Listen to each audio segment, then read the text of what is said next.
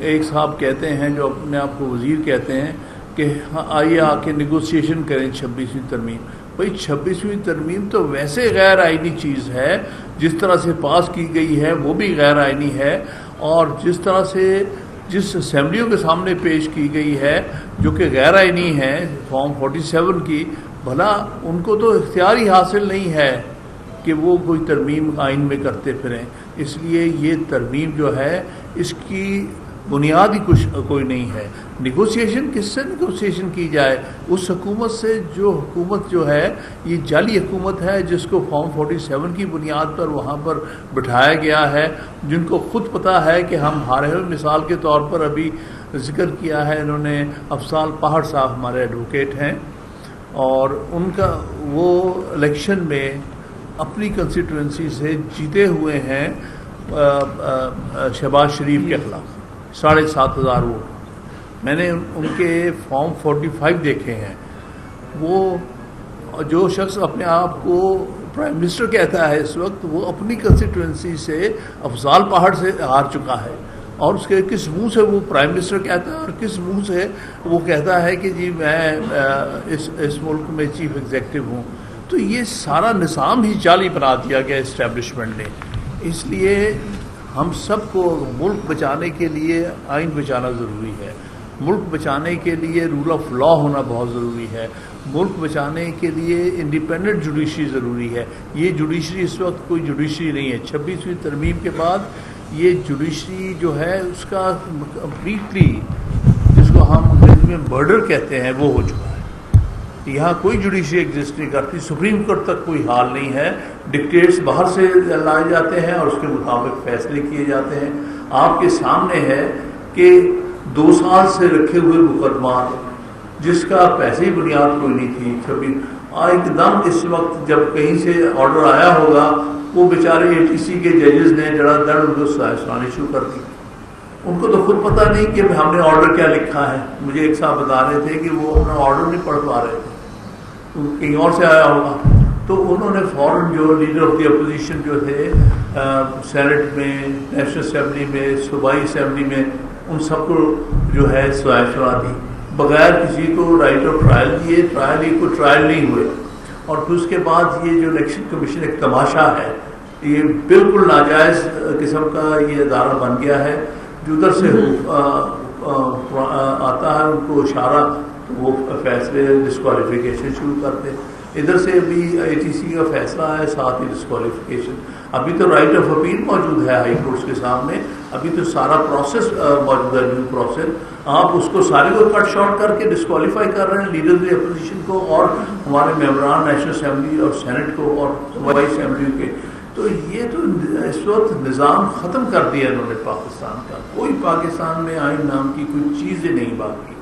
اور اس کے علاوہ جو ہمارے وکلا میں جو انہوں نے لوگ پلانٹ کر دیے ہیں، انہی لوگوں نے، جو کہ ہر وہ برائی جو کہ ہمارے ہاں عام جنرل الیکشنز میں اور دوسری صورتحال میں آئی ہیں، وہ ساری ہمارے وکلا کے نظام میں لے کے آ گئے ہیں. کبھی نہیں سنا گیا تھا کہ بدترین وقتوں میں نے ایوب خان سے لے کے آج تک کے وقت دیکھے، اس میں کبھی بار ایسوسیشن اور بار کونسلس کے الیکشن میں کبھی دھاندلی نہیں ہوئی تھی.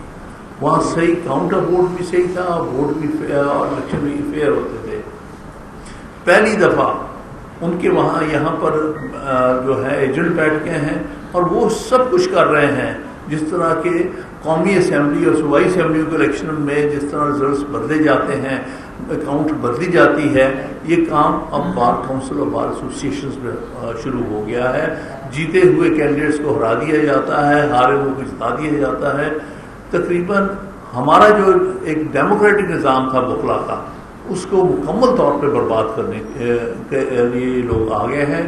اور سوائے اس بات کے کہ ان کی کوشش ہو کہ ہم ہر طرح سے قابض ہوں پاکستان بار کونسل پہ، سپریم کورٹ بار پہ اور دوسری بار ایسوسیشنز کے لیے انفیئر الیکشنز کے ذریعے.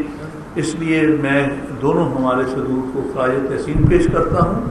بالکل صحیح کہتے ہیں کہ یہاں پر جو ہے بایو میٹرک سے الیکشنز ہونے چاہیے، تاکہ کسی کی مرضی اور کسی کے ہاتھ میں الیکشن ریزلٹس بدلنا ہو، جس طرح سے اس دفعہ دو ہمارے نائب صدور منتخب ہوئے ہیں ہماری طرف سے سندھ کے اور کے پی کے، اور اناؤنس ہوئے نوٹیفائی ہوئے ان کے ریزلٹس بدل دیے گئے۔ اسی طرح سے اس وقت انرولمنٹ کو جس طرح استعمال کیا جا رہا ہے، بالکل صحیح کہا انہوں نے کہ بھائی انرولمنٹ کا معاملہ جو ہے یہ الیکشن سے ریلیٹڈ نہیں ہے، یہ تو ایک حق ہے ہر وکیل کا کہ وہ سپریم کورٹ میں اگر ان کو فٹنس کو اس ہائی کورٹ نے دے دی ہے جہاں پریکٹس کی ہے، وہ سپریم کورٹ کا ایڈوکیٹ انرول ہو کے اپنا وکالت کرے۔ اور یہاں خاص طور پہ اچھے کمپیٹنٹ لائرس کو باہر کیا جاتا ہے اس لیے کہ وہ اپنے ضمیر کے مطابق ووٹ دیتے ہیں، اور ان کا رائٹ جو ہے جس کو ہم کہتے ہیں رائٹ آف سبسسٹنس کہ جی وہ وکالت کریں، وکالت کے ذریعے اپنی لیونگ پائیں، ان کو ڈینائی کیا جا رہا ہے صرف اس لیے کہ ان کی مرضی سے ووٹ نہیں دیتے۔ تو اس کو ووٹ کا ذریعہ بنانا، انرولمنٹ جو ہے یہ تو ایک حق ہے ہر وکیل کا، جس کو ایک دفعہ اس کی ہائی کورٹ نے فٹنس سرٹیفکیٹ دے دیا، اس کے بعد اس کو آپ انرولمنٹ ڈینائی نہیں کر سکتے۔ کسی سپریم کورٹ کے جج کا کام نہیں ہے، کسی بار کونسل کے ممبر کا کام نہیں ہے کہ اس کو جج کرنے بیٹھے، کیونکہ اگر کسی نے جج کرنا ہے تو اس کے رسپیکٹو ہائی کورٹ نے کرنا ہے، ان کے سامنے وہ پیش ہوتے رہے ہیں، انہیں پتا ہے کہ یہ وکیل اس قابل ہے کہ نہیں۔ وہاں جو سپریم کورٹ کا جج بڑھایا ہوا ہے مطلب اس کو کیا پتا کہ یہ جو ہے اس وقت ایڈوکیٹ یہ اس کو انرولمنٹ ہونی چاہیے کہ نہیں، کیونکہ وہ تو ابھی پیش ہی نہیں ہوا آپ کے سامنے، آپ کیسے اس کو جج کر رہے ہیں؟ باقی جو لوگ بیٹھے ہیں وہ تو بالکل ملیشیسلی کرتے ہیں، ان کا تو ایک ایجنڈا ہے کہ ان کو نہیں ہونے دینا وکیل اور ان کو بنانا۔ تو ایسے ناانصافی کا نظام جو ہمارے اپنے وکلا برادری کے اندر جوڈیشل سسٹم کے اندر لے کے آ گئے ہیں، اس سے ورچولی پاکستان میں تینوں چیزیں، آئین برباد ہو گیا، اس سے رول آف لا ختم ہو گیا، اور عدلیہ کی آزادی بالکل ختم ہو چکی ہے۔ چیف جسٹس آف پاکستان بے معنی ہو گیا ہے، چیف جسٹس کا کوئی رول نہیں رہا ہے۔ اسی طرح سے جو کچھ بھی 26ویں ترمیم، اس لیے 26ویں ترمیم کو کوئی وکیل جو ایکسیپٹ کرتا ہے وہ اپنے آپ کو وکیل کہنے کے لائق نہیں ہے، جس کو یہ سمجھ نہیں آتی کہ اس سے زیادہ غیر آئینی ترمیم ہو نہیں سکتی اور اس سے زیادہ غیر آئینی نظام نہیں ہو سکتا۔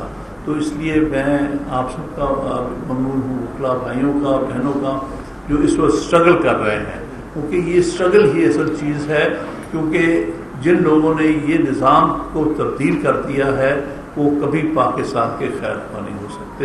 آپ سب کا بہت بہت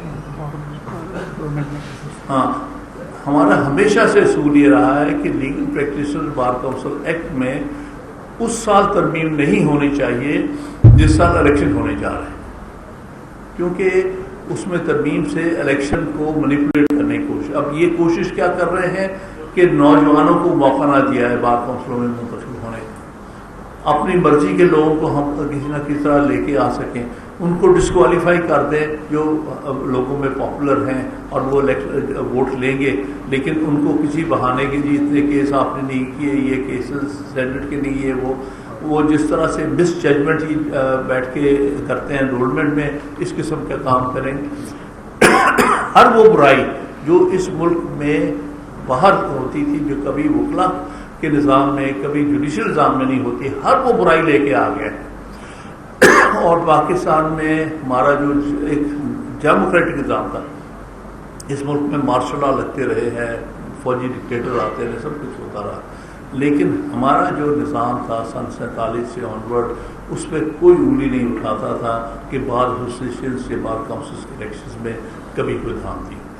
یہ اب پچھلے 3 4 5 سال سے اس قسم کے لوگ آ گئے ہیں جو اس نظام کو بھی، اس کی جمہوریت کو بھی برباد کر کے رکھ دیا، تاکہ ایک آواز اگر اٹھتی تھی حق کے لیے، آئین کے لیے، رول آف لا کے لیے، انڈیپینڈنٹ جوڈیشری کے لیے، اس کو بھی خاموش کرایا جائے۔